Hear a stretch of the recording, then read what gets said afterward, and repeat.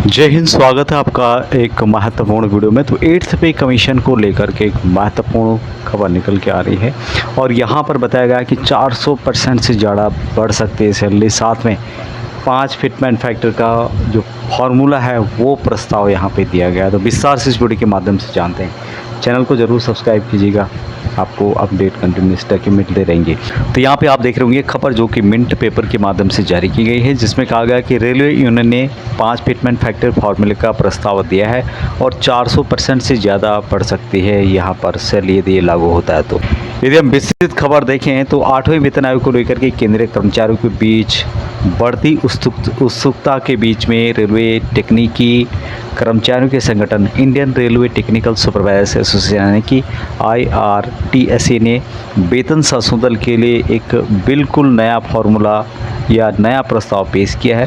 संगठन ने सभी कर्मचारियों के लिए एक समान फिटमेंट फैक्टर लागू करने के बजाय अलग अलग वेतन स्तरों के लिए 5 अलग अलग फिटमेंट फैक्टर लागू करने की सिफारिश उनके द्वारा की गई है।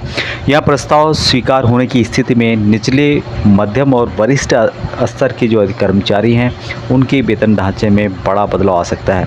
IRTS यानी कि Indian railway technical supervisors association ने दावा किया है कि कुछ श्रेणियों में कुल वेतन लाभ 400% से भी ज़्यादा पहुंच सकता है। इन्होंने सुझाव दिया है, ये इस प्रकार से है। इनके अनुसार लेवल 1 से 5 तक जो फिटमेंट फैक्टर 2.92 होना चाहिए और 6 से 8 तक 3.50 होना चाहिए।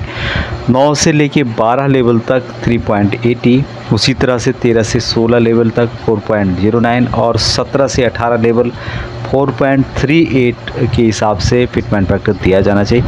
संगठन का यहाँ पे तर्क है कि अलग अलग जिम्मेदारी और तकनीकी विशेषज्ञता को ध्यान में रखते हुए सभी कर्मचारियों के लिए एक समान गुणक लागू करना न्याय संगत नहीं होगा। अभी 7वें वेतन आयोग के अंतर्गत 2.57 फिटमेंट फैक्टर लागू किया गया था और यदि किसी कर्मचारी की जो सैलरी थी 20,000 थी तो नया बेसिक उनका 51,400 यानी कि 20,000 को आपने 2.57 से मल्टीप्लाई कर दिया। अभी इनके अनुसार ये फार्मूला है और किस तरह से सैलरी हाइक होगी ये बताया गया है।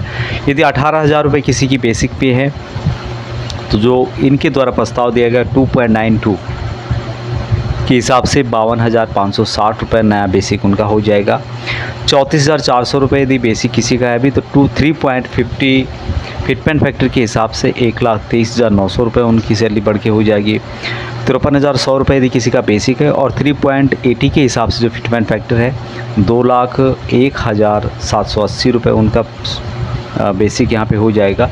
यदि किसी का 1,23,100 रुपये बेसिक है 4.09 फिटमेंट फैक्टर के हिसाब से 5,03,480 रुपये करीब हो जाएगा। और यदि 2,25,000 किसी की सैलरी है 4.38 के हिसाब से 9,85,500 रुपये उनकी सैलरी बढ़ करके हो जाएगी। क्या 400% वेतन वृद्धि वास्तव में संभव है? जानकारों का कहना है कि प्रस्तावित जो फिटमेंट फैक्टर को सीधे वेतन वृद्धि प्रतिशत मान लेना सही नहीं होगा। नया वेतन जो बेसिक है बढ़ने पर महंगाई भत्ता आमतौर पर शून्य हो जाता है क्योंकि DA को नए वेतन ढांचे में समावित कर दिया जाता है।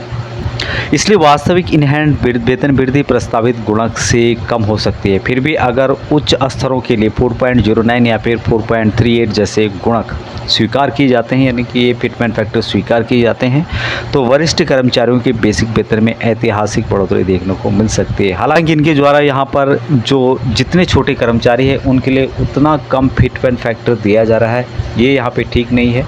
या तो सबको एक मिलना चाहिए। हाँ, जिम्मेदारी अलग हो सकती है लेकिन इतना नहीं कि आप उसको बिल्कुल दुगने से भी ज़्यादा कर दो। तो ये थी लेटेस्ट अपडेट। अभी तक इतना ही। आप क्या सोचते हैं इसके बारे में ज़रूर लिखिएगा। जय हिंद।